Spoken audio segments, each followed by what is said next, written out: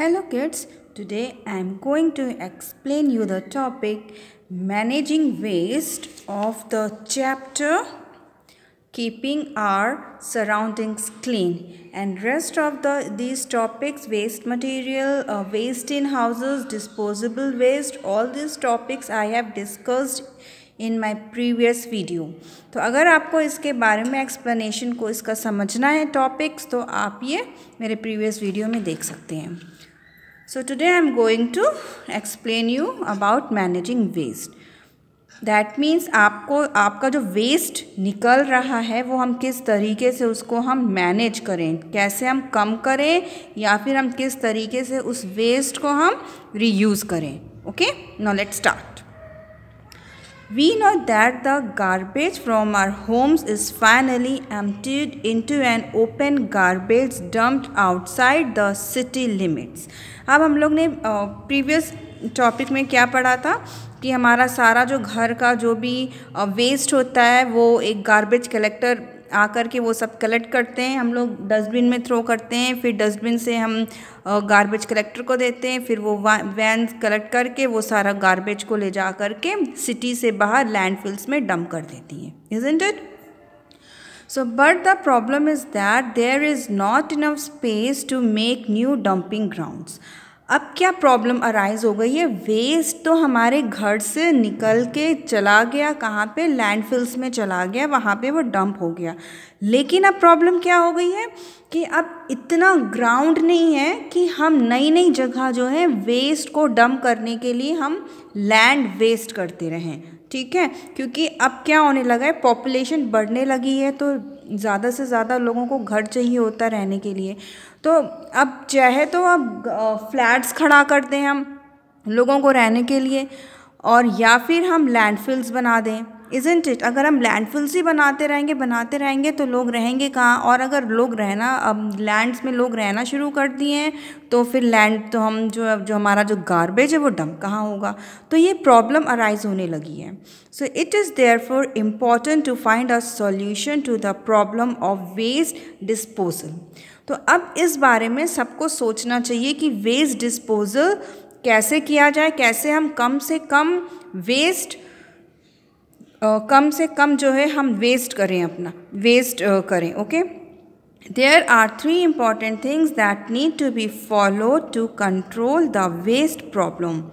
These are the 3 R's, that is reduce, reuse and recycle। तो जो हमारा waste जो कंट्रोल हो सकता है वो 3 R's के ज़रिए ही हमारा वेस्ट कंट्रोल हो सकता है। वो 3 R's क्या, reduce, reuse and recycle. Reduce means waste आप कम से कम करिए, उसको रिड्यूस्ड करिए। ओके, रीयूज़, आपके पास जो मटेरियल है, जो आपके पास पुराने कपड़े हैं, ठीक है, वो हम चाहे तो हमारे छोटे भाई बहन पहन लें, या उन पुराने कपड़ों से हम कुछ ऐसी डेकोरेटिव चीज़ बना लें, तो वो क्या हो गया, रीयूज़ हो गया, यानी कि हमारा वेस्ट इकट्ठा नहीं हुआ, इज़न्ट इट। हमने वेस्ट को हमने उस पुराने कपड़े को रिड्यूस कर दिया थ्रो करने से, और उसका हमने कुछ नया बना दिया, रीयूज़ कर दिया।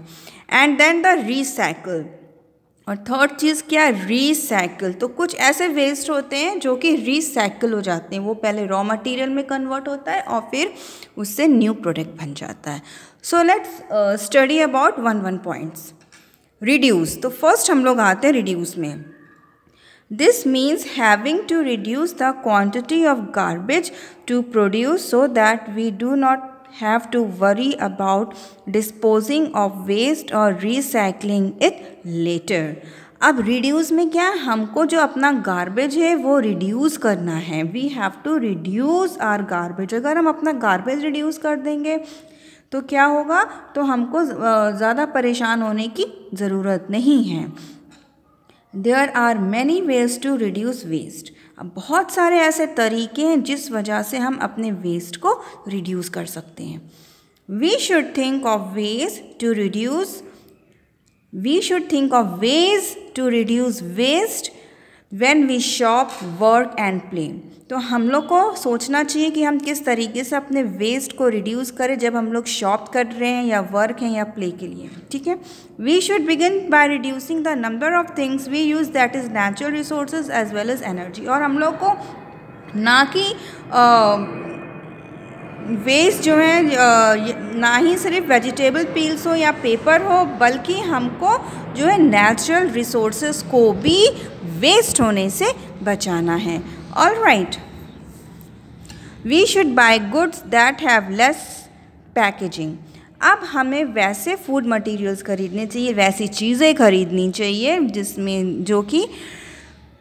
जिसमें पैकेजिंग नहीं होती है, ठीक है। फॉर एग्ज़ाम्पल, अब जैसे आप शॉपिंग करने जा रहे हैं, आप क्या करें, जब आप शॉपिंग करने जाते हैं तो आप अपने घर से ही क्लॉथ बैग या जूट बैग लेकर के जाइए।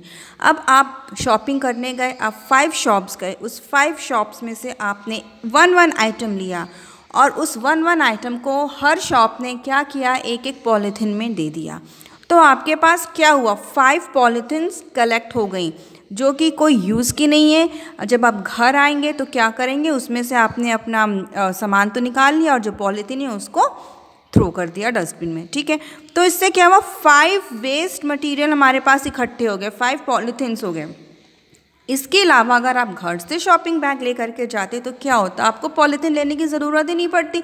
आप जितनी भी शॉप जाइए, 1 जाइए, 2 जाइए, 3 जाइए, 4, 5, जितनी भी शॉप जाइए, वो सारा सामान आपके शॉपिंग बैग में आप डायरेक्टली आप उसी में ही रखवा दीजिए। तो आपको फालतू के लिए पॉलीथीन खरीदने की ज़रूरत नहीं पड़ेगी। तो इससे आपने क्या किया, एक तो आपने वेस्ट कम किया, सेकेंडली आपने पॉलीथीन का यूज़ कम किया, जो कि पॉलीथीन जो है वो नॉन बायोडिग्रेडेबल वेस्ट है, जो कि हमने लास्ट टॉपिक में पढ़ा था, जो कि जल्दी डिके नहीं होता है सॉइल में और जिस वजह से लैंड पॉल्यूशन भी होता है।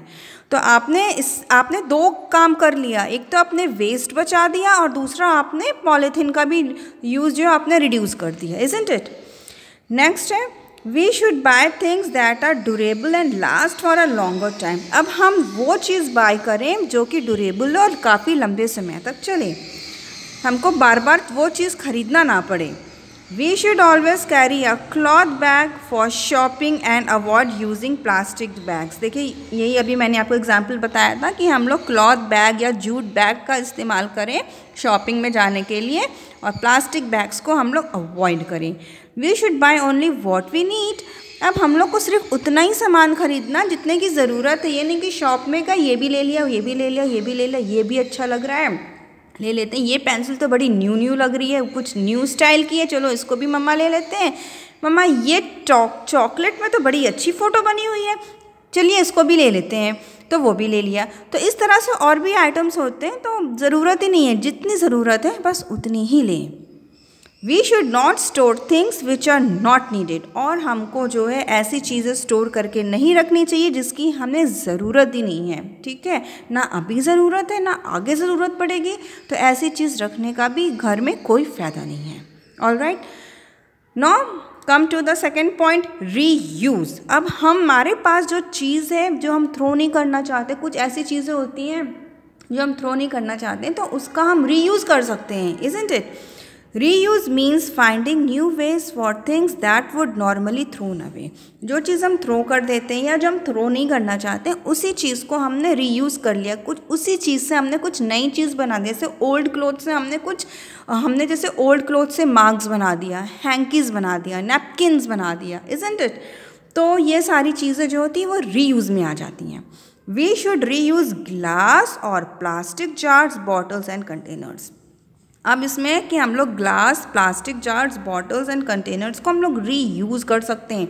अब प्लास्टिक जार्स अगर हम थ्रो कर देंगे तो क्या हुआ, उससे लैंड पॉल्यूशन होगा ना, प्लास्टिक वो जल्दी से डिके नहीं होता है, तो ये लैंड पॉल्यूशन क्रिएट करेगा। तो हम ऐसी चीज़ों को हम क्या करते हैं, हम इसको रीयूज़ कर सकते हैं। रीयूज़ जैसे कि हमने कुछ डेकोरेटिव आइटम्स बना दी प्लास्टिक जार से, ग्लास से, और हमने पेंसिल उसको खूब अच्छे से डेकोरेट करके पेंसिल स्टैंड बना दिया, इज़न्ट इट। या जो डिस्पोजेबल ग्लासेस होते हैं उससे भी बहुत अच्छे अच्छे फ्लावर्स एंड डेकोरेटिव आइटम्स बनते हैं। अगर आपको बनाना है तो आप यूट्यूब में जा कर के बहुत सारे ऐसे वीडियोज़ हैं जिससे कि आपको वेस्ट प्रोडक्ट से अच्छी चीज़ें आप कैसे बना सकते हैं वो आप यूट्यूब बहुत सारे चैनल्स में दे रखे हैं, आप वो देख सकते हैं यूट्यूब में, इजंट इट। अब बॉटल्स, कंटेनर्स आप बना, बॉटल्स में आप, कंटेनर्स में आप प्लांटिंग कर सकते हैं, इजंट इट। तो हमने इन चीज़ों को थ्रो नहीं किया, हमने इसको रीयूज़ कर लिया दूसरे वेज में। We should use steel or plastic lunch boxes that can be washed instead of using aluminum foil.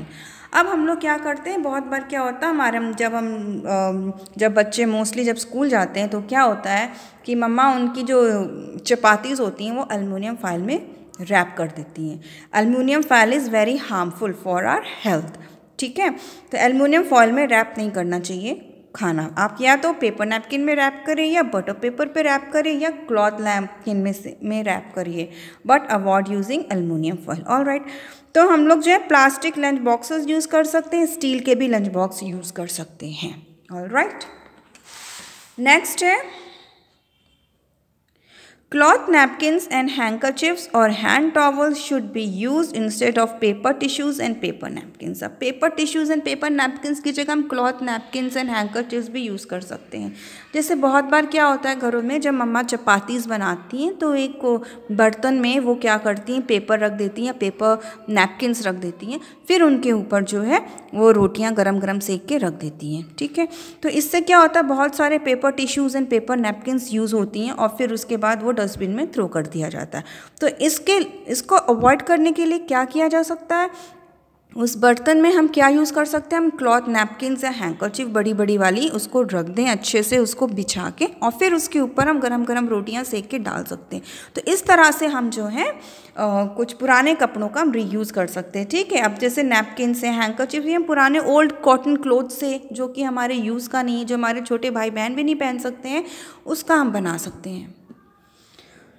We should cut old clothes and reuse them in other forms such as napkins। ये देखिए, अब हम लोग old clothes को cut करके napkins बना सकते हैं, और भी बहुत सारी चीज़ें हैं। अगर आपको बनाना है तो आप यूट्यूब में देख सकते हैं, बहुत सारे ऐसे यूट्यूब में चैनल्स वगैरह हैं जिसमें दिखाते हैं बेस्ट आउट ऑफ वेस्ट, तो उसमें आप ये देख करके आप बना सकते हैं। We can make art and craft material from old paper, cartons, etc. अब क्या आर्ट एंड क्राफ्ट मटेरियल्स भी हम बना सकते हैं ओल्ड पेपर से। घर में जो न्यूज़पेपर्स आते हैं या मैगजीन्स हैं, इन सब से हम कुछ ना कुछ क्राफ्ट मटेरियल्स बना सकते हैं, लाइक पेपर बैग्स, ये सब भी हम लोग बना सकते हैं।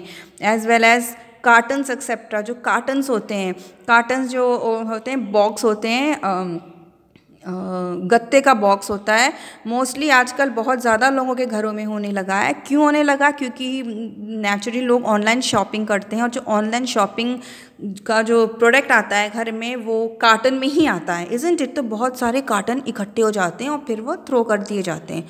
तो थ्रो करने की वजह उसका कोई यूज़ किया जा सकता है, ठीक है। अब घर में लोग आजकल पिज़्ज़ा बहुत खाते हैं, इज़न्ट इट। पिज़्ज़ा डिलीवर हो घर में किया जा रहा है, तो पिज़्ज़ा भी एक बॉक्स में आता है, इज़न्ट इट। तो उस बॉक्स को भी हम यूज़ कर सकते हैं, कुछ डेकोरेटिव आइटम्स बना सकते हैं उसका, जिससे कि वो यूज़ हो जाए और हमें फेंकना ना पड़े और ज़्यादा से ज़्यादा कचरा ना जमा हो। Old magazines and books should be donated, और हमारे घर में ओल्ड मैगजीन्स हैं या बुक्स हैं, उसको हम डोनेट कर सकते हैं। We should reuse gift wrapping paper and envelopes. अब हम लोग जो है गिफ्ट रैपिंग जो पेपर्स होते हैं, गिफ्ट रैपिंग पेपर्स आप लोग देखे होंगे कितने ब्यूटीफुल होते हैं, कितने शाइनिंग होते हैं, इज़न्ट इट। तो इन सब चीज़ों से भी कुछ डेकोरेटिव आइटम्स बन सकता है, डिफरेंट टाइप्स ऑफ फ्लावर्स बन सकते हैं, इज़न्ट इट, जो कि बहुत ही खूबसूरत लगता है। अब नेक्स्ट टॉपिक हम आते हैं रिसाइकिल। अब रिसाइकिल क्या होता है, recycling means converting used goods into raw materials and then making new products out of them। अब जो घर में, अब जैसे मैं एक एग्जांपल बताती हूँ, जैसे कि प्लास्टिक की बॉटल है, या मैं पेपर का एग्जांपल बताती हूँ। जैसे न्यूज़पेपर आपने क्या किया, कबाड़ी वाले को दे दिया, कबाड़ी वाला क्या करेगा, वो न्यूज़पेपर ले जाके फैक्ट्री को देगा, फैक्ट्री वाले क्या करेंगे, उस पेपर को वो क्रश करेंगे, इज़न्ट इट। और पेपर को जब वो क्रश करेंगे तो क्रश करके वो फिर से वो पेपर बनाएंगे। अब जैसे ये बुक है, अब अगर इस बुक को मेरी पुरानी हो गई, फट गई, तो इसको हम कबाड़ी वाले, हम तो पहले डोनेट करेंगे, अगर डोनेट करने के लायक भी नहीं होगी तो इसको हमने दे दिया, जैसे फॉर एग्जांपल कबाड़ी वाले को दे दिया। अब उसने ले जाके इस बुक को फैक्ट्री में दे दिया, फैक्ट्री ने इस बुक को क्या किया, क्रश किया और इससे न्यू पेजेस बनाए। अब वो पेजेस चाहे तो मेरी नोटबुक के लिए यूज़ हो सकता है, या उस पेज से रजिस्टर बन सकता है, या वो पेज जो है, इसी का जो पेज है वो या तो मैगजीन के काम आ गया। तो इस चीज़ को, प्रोसेस को बोलते हैं रिसाइकिल। अब जैसे ये एक प्लास्टिक बॉटल है, अब जैसे हमने प्लास्टिक की बॉटल को बेच दिया, कबाड़ी वाले को दे दिया, जैसे कि कोका कोला की बॉटल है प्लास्टिक की, ठीक है, बहुत सारी कोका कोला की बॉटल्स हैं, तो वो बॉटल्स हमने दे दिया कबाड़ी वाले को, कबाड़ी वाले ने ले जाके वो फैक्ट्री वाले को दे दिया, फैक्ट्री वाले ने उसको क्रश किया और क्रश करके उसको मेल्ट किया, कैसे कैसे करके प्रोसेस से उसने फिर ये बॉटल बना दिया। उस कोको कोला की प्लास्टिक की बॉटल से ये वाली बॉटल बन गई। तो इसको हम बोलते हैं रीसाइक्लिंग। वो रीसाइक्लिंग करके न्यू कोई और ही प्रोडक्ट बन गया उसी चीज़ का।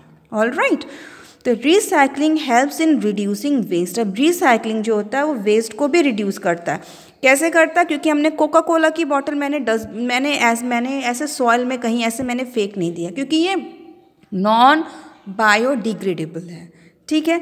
तो ये तो क्या हुआ, इससे हमने थ्रो नहीं किया, तो मैंने क्या किया, वेस्ट को रिड्यूस किया, और वेस्ट को रिड्यूस किया, कबाड़ी वाले को दे दिया, और उसने कैसे कैसे करके इधर करके पास ऑन होते होते ऐसी वाली बॉटल बनकर आ गई, यानी कि उस बॉटल से ये वाली बॉटल आ गई, तो ये रिसाइकिल हो गया।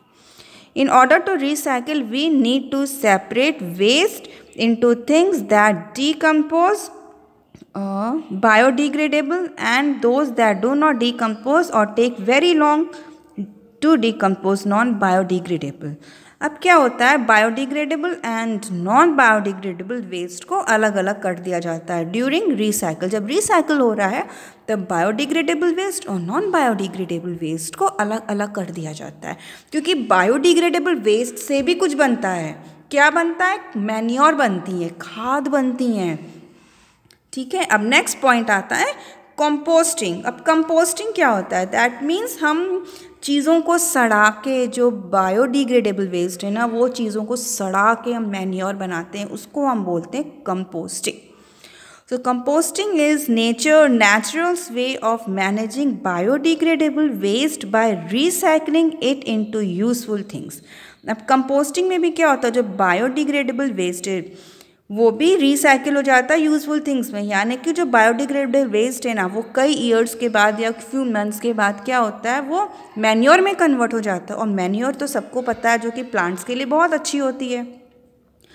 It is a technique that uses a natural process to turn solid waste into manure. अब ये क्या प्रोसेस होता है, क्या टेक्निक है कि सॉलिड वेस्ट को मैन्योर में टर्न करते हैं। सॉलिड वेस्ट मीन्स ये जो हमारा वेस्ट है, जो बायोडिग्रेडेबल वेस्ट का जो सॉलिड वेस्ट है वो मैन्योर में टर्न हो गया है।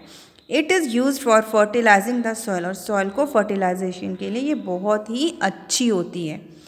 Compost can be mixed with soil in gardens and potted plants at home or school as a natural nutrient for plants instead of chemical fertilizers. और इसका जो कंपोस्ट जो बना, हमारी जो सड़ी गली चीज़ों से जो कंपोस्ट बना, वो हम सॉइल में मिक्स करके हम गार्डन्स में डाल सकते हैं, पॉट्स में प्लांट्स होते हैं उसमें भी हम डाल सकते हैं, स्कूल्स में भी जो होते हैं गार्डन्स वगैरह, ये सारी चीज़ों में हम यूज़ कर सकते हैं। और इससे क्या होता है, अगर हम मैन्योर बना रहे हैं तो हम इससे क्या हो रहा है, अगर हम मैन्योर यूज़ कर रहे हैं तो दैट मीन्स हम केमिकल फर्टिलाइज़र को रिड्यूस कर रहे हैं। क्यों, क्योंकि केमिकल फर्टिलाइज़र एक तो लैंड पॉल्यूशन भी कॉज करता है, जो कि आपने प्रीवियस टॉपिक में पढ़ा था, इज़न्ट इट। तो कंपोस्टिंग के लिए कैसे करते हैं, अब जैसे कि आपकी जो सॉलिड वेस्ट मटेरियल है, इसको आपने डाल दिया, उसमें क्या क्या चीज़ें आ सकती हैं, आपके वेजिटेबल पील्स आ सकते हैं, आपके फ्रूट पील्स आ सकते हैं, और जो भी आपका बचा कुचा खाना है, लीव्स जो गिरती हैं प्लांट्स, ट्रीज से, प्लांट से जो लीव्स नीचे गिर जाती हैं, उन सबको इकट्ठे करके एक साइड में एक पिट खोद दीजिए, ठीक है, एक पिट बना लीजिए और उसमें इन सारी चीज़ों को डाल दीजिए, फिर सॉइल की लेयरिंग लगा दीजिए, फिर और कुछ मिलता है फिर उसको डाल दिया उसके अंदर और फिर सॉइल की लेयरिंग लगा दिया, फिर कुछ दिनों बाद फिर इकट्ठी हो गई ये डिस्पोजेबल वेस्ट, फिर से इकट्ठे हो गए, तो फिर आपने जो इकट्ठे किया सिर्फ कौन सी चीज़ें, बायोडिग्रेडेबल वेस्ट, ठीक है, नॉन बायोडिग्रेडेबल नहीं, प्लास्टिक्स वगैरह नहीं, जो बायोडिग्रेडेबल वेस्ट है उनको इकट्ठे किया, फिर सॉइल की लेयरिंग ऐसे कर दिया। तो फ्यू मंथ्स के बाद, maybe it takes years also, तो उससे क्या होता है, घर का बना हुआ मैन्योर बहुत ही अच्छा होता है। जब वो मैन्योर रेडी हो जाएगा, फिर वो हम पॉट में या गार्डन में उसको हम डाल सकते हैं। हमें मार्केट से ख़रीदना भी नहीं पड़ेगा, हमारे लिए हमारे पास बहुत ही अच्छा मैन्योर रेडी रहेगा। So students, that's all for today.